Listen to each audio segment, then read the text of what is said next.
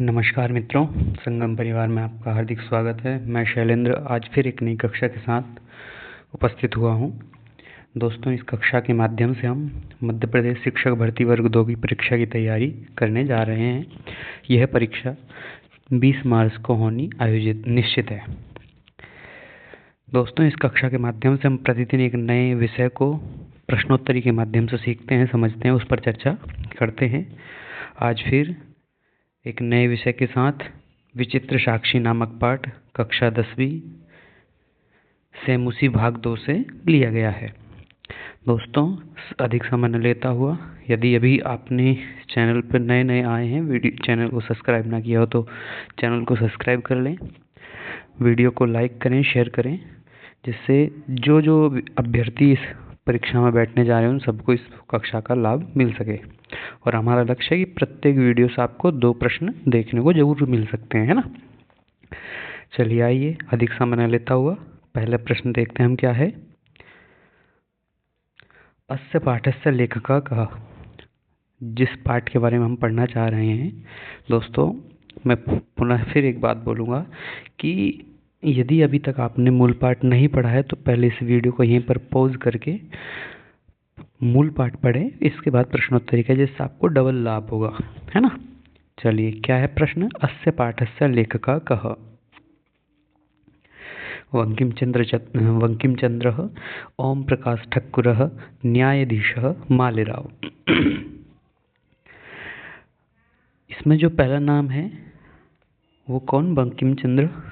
ये क्या है, इस पाठ में एक न्यायाधीश का किरदार निभा रहे हैं, अर्थात जो ओम प्रकाश ठक्कुर जी द्वारा लिखित विचित्र साक्षी नामक पाठ है उसके जो प्रथम किरदार जो न्यायाधीश का काम कर रहे हैं वो कौन है, बंकिम चंद्र, है ना।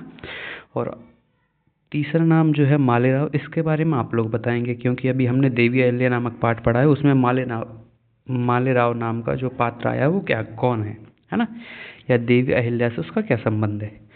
चलिए अगला प्रश्न देखते हैं। विहाय पदे का विभक्ति, जो विहाय शब्द दिया है उसमें कौन सी विभक्ति है। तो क्या उत्तर होगा दोस्तों।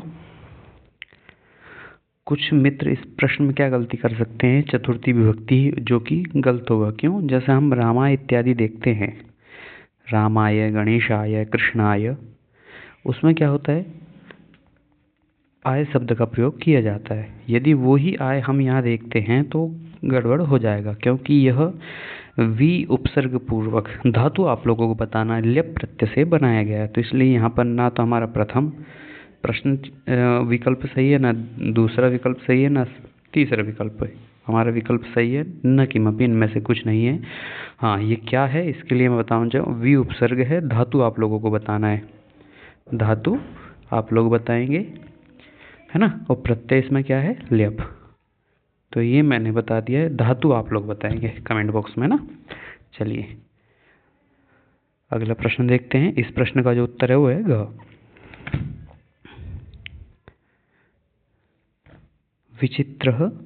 विचित्रा का।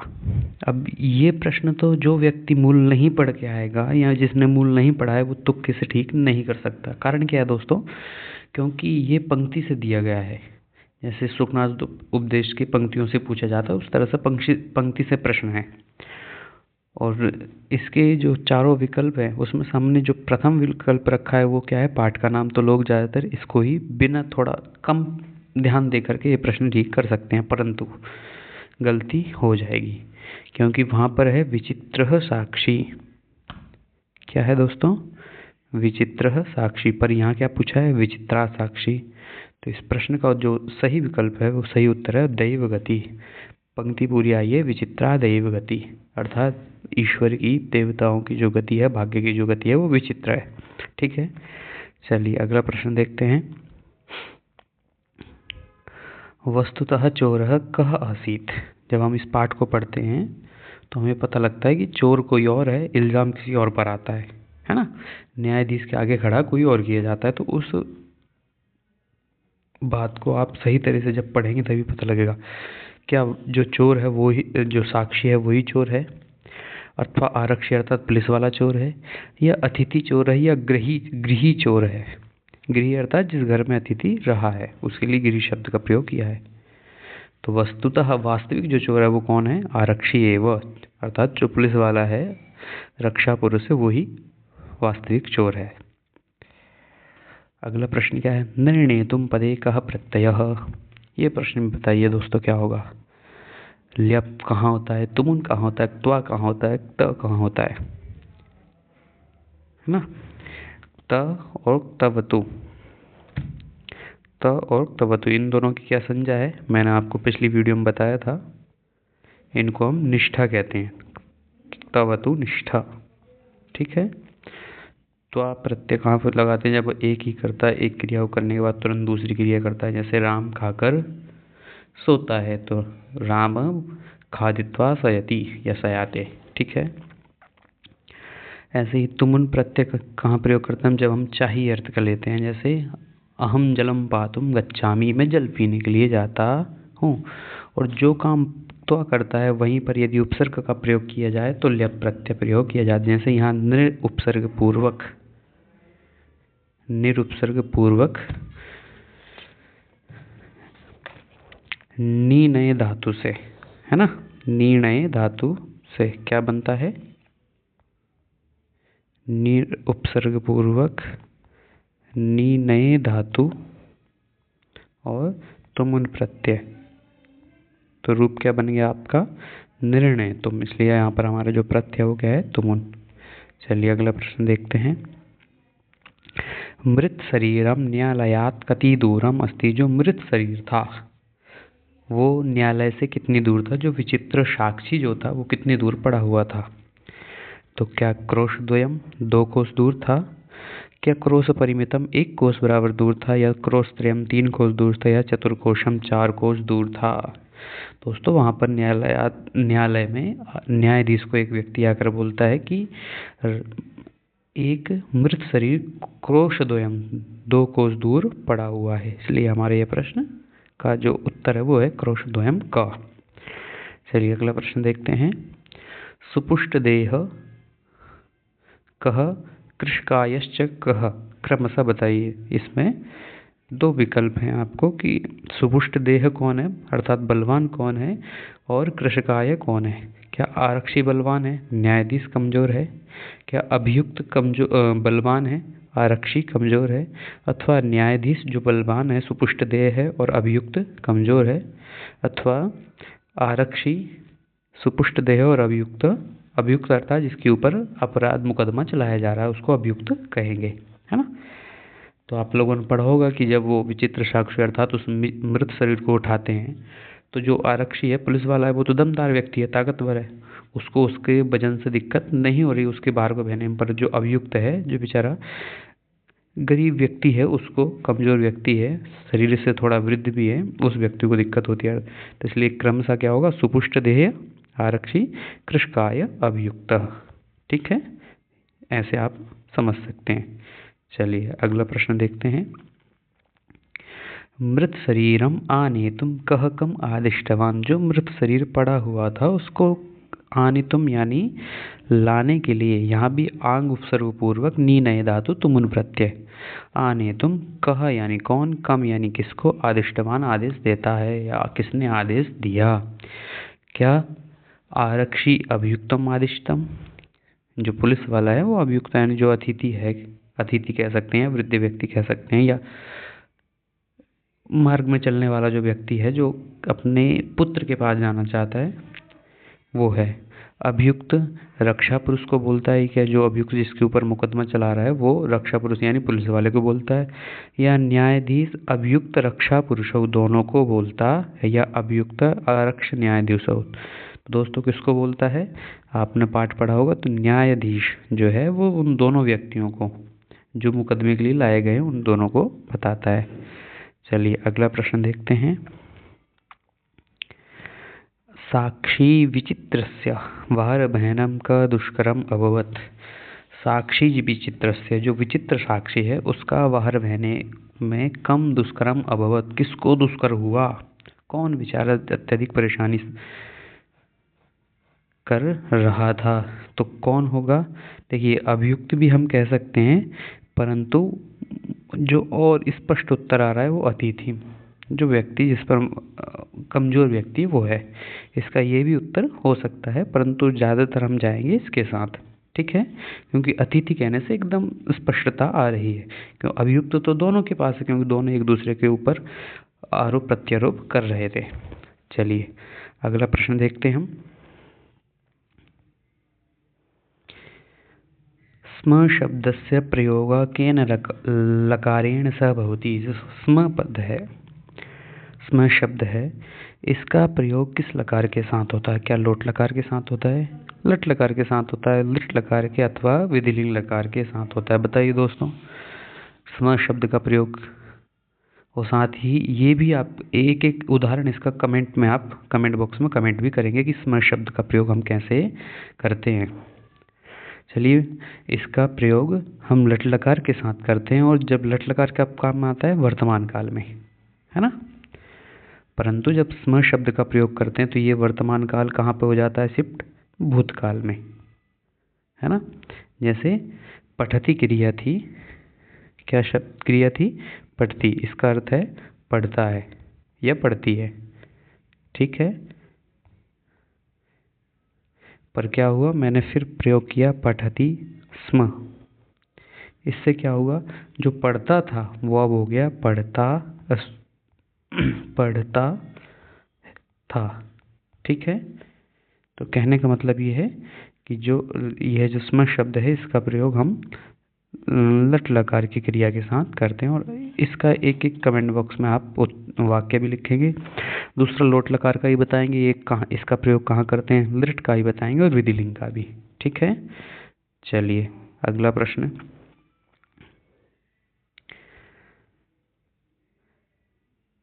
चोरम कति वर्षाणाम कारादंडम भविष्यति, अर्थात जो मुख्य रूप से आरोपी होगा, चोर होगा, उसको कितने वर्ष का कारादंड देंगे?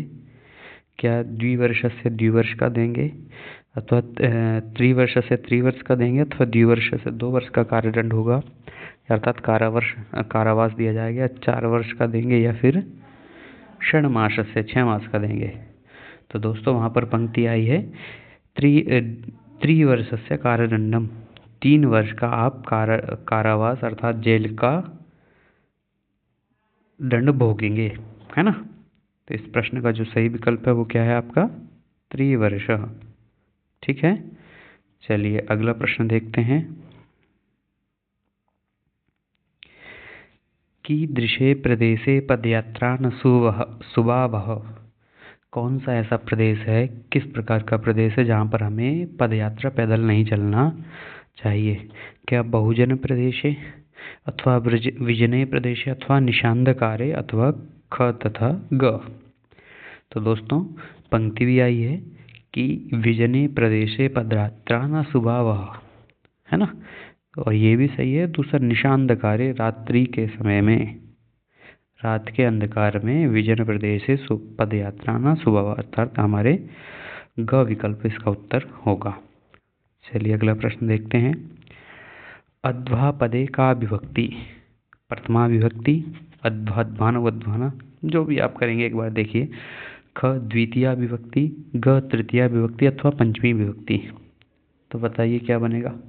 अध्वन इसका प्रातिपदिक होता है। यदि आपसे प्रश्न पूछा जाए कि अध्वा का प्रातिपदिक क्या होगा, अध्वन, ठीक है। और ये जो अध्वा रूप है ये बनेगा तृतीय विभक्ति एकवचन में। चलिए अगला प्रश्न देखते हैं। मृत शरीरम कुत्र आसीत, जो मृत शरीर है, मरा हुआ शरीर जो पड़ा हुआ था वो कहाँ पड़ा हुआ था तो वो 2 कोस दूर, है ना। जैसा हमने पढ़ा राजमार्ग में, चलो मैंने उत्तर बोल दिया है, तो 2 क्रोश दूर था, ठीक है। पर था कहाँ? वो राजमार्ग में था, ठीक है। चलिए अगला प्रश्न देखते हैं। ये थोड़ा प्रश्न आपका दिमाग खाने वाला है, फिर भी आप सभी समझदार हैं, क्योंकि इस परीक्षा की तैयारी कर रहे हैं, मास्टर बनने जा रहे हैं, टीचर बनने जा रहे हैं, तो आप इसको कर ही सकते हैं। तो बताइए सही उत्तर क्या होगा? अभ्यागतम में कौन सी संधि है, न्यायकम है कौन सी संधि है, लीलया एव में कौन सी संधि है, गृहाभ्यंतरे में कौन सी है? तो दोस्तों यहाँ पर हो रहा है अभी अभ्यागतम अर्थात यण संधि, ई को य, ना एक नई प्लस अक, है ना, आय हो रहा है आयादि संधि, लीलया एव, लीलया इव, और गृहाभ्यंतरे अर्थात एक का तीन, ए का तीन कितने जगह, दो जगह, एक और दो। चलो आगे देखते हैं, नायक, ए का चार कितनी जगह है, एक ही जगह, तो हमारा यही वाला ऑप्शन सही होगा। ठीक है, लीलया में ग में दो और गृहाभ्यंतर में एक। तो आशा में समझ गए होंगे आप लोग कि इसका जो विकल्प है इसका उत्तर क्या है, हमारा ये वाला विकल्प है। ठीक है, चलिए अगला प्रश्न देखते हैं। फिर उसी तरह का एक प्रश्न, परिश्रम्य दापयुतुम मुदितः पृष्ठवान, इनमें प्रत्यय बताइए कौन सा होगा ना। देखिए परिश्रम्य है लिया प्रत्यय, दापयुतुन तुमन, मुदितः तह पृष्ठवान, तो पहले का कौन सा है, चार, तो पहले का चार दो में है, एक और दो।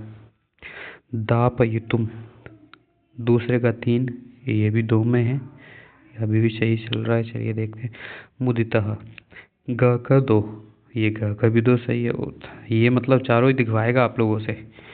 चलिए देखते हैं कि पृष्ठवान में एक, अच्छा तो ये वाला प्रश्न हमारा सही होगा, चार तीन दो एक। दोस्तों ये विकल्प क्यों बनाए थे मैंने, क्योंकि हमको कई बार चारों ही देखने पड़ते हैं, कई बार एक देख के भी काम चल जाता है, तो आप चारों के लिए निश्चित रहें ना। चलिए अगला प्रश्न देखते हैं। अगला प्रश्न कल का जो मैंने आपको होमवर्क दिया हुआ था कि आपको इसको कमेंट बॉक्स में करना है, तो एक मित्र ने, हमारे प्रशांत नाम जिनका है, प्रशांत सेन, उन्होंने किया भी है कि महच्च तद विनाशम महाविनाशम कर्मधारी है। जब हम ये बना है दोस्तों, जब हम महत् शब्द को नपुंसकलिंग मानते हैं। ठीक है, जब हम महत् शब्द को पुल्लिंग मान के काम करें, विनाश शब्द को, सॉरी यहाँ पर विनाश जो शब्द है इसको, महान चासौ विनाशश्च महाविनाश। ठीक है, और पूरा शब्द एक भी, तो दृश्यम भी जुड़ा हुआ है, तो महाविनाशस्य दृश्यम महाविनाश दृश्यम षष्ठी तत्पुरुष। ठीक है, तो जिस भी तरह से प्रश्न पूछा जाए आप उत्तर करिए, है ना। चलिए, तो आशा करता हूँ आप लोग इस बात को समझ गए होंगे। चलिए आज का प्रश्न जिसको आपको कमेंट बॉक्स में उत्तर करना है, आंसर देना है। और दोस्तों वीडियो आपको अच्छी लगी हो तो वीडियो को लाइक करें, शेयर करें और चैनल को सब्सक्राइब कर लें, जिससे इस तरह की प्रश्नोत्तरी आपको जब भी कराई जाए तो उसकी सूचना आपको समय पर मिल जाए। प्रश्न क्या है, अमुना पदे का विभक्ति किंच प्रातिपदिकम, इसका प्रातिपदिक बताना है। प्रातिपदिक यानी मूल रूप, मूल शब्द। ठीक है, और इसमें कौन सी विभक्ति, दो प्रश्न है आपको, है ना।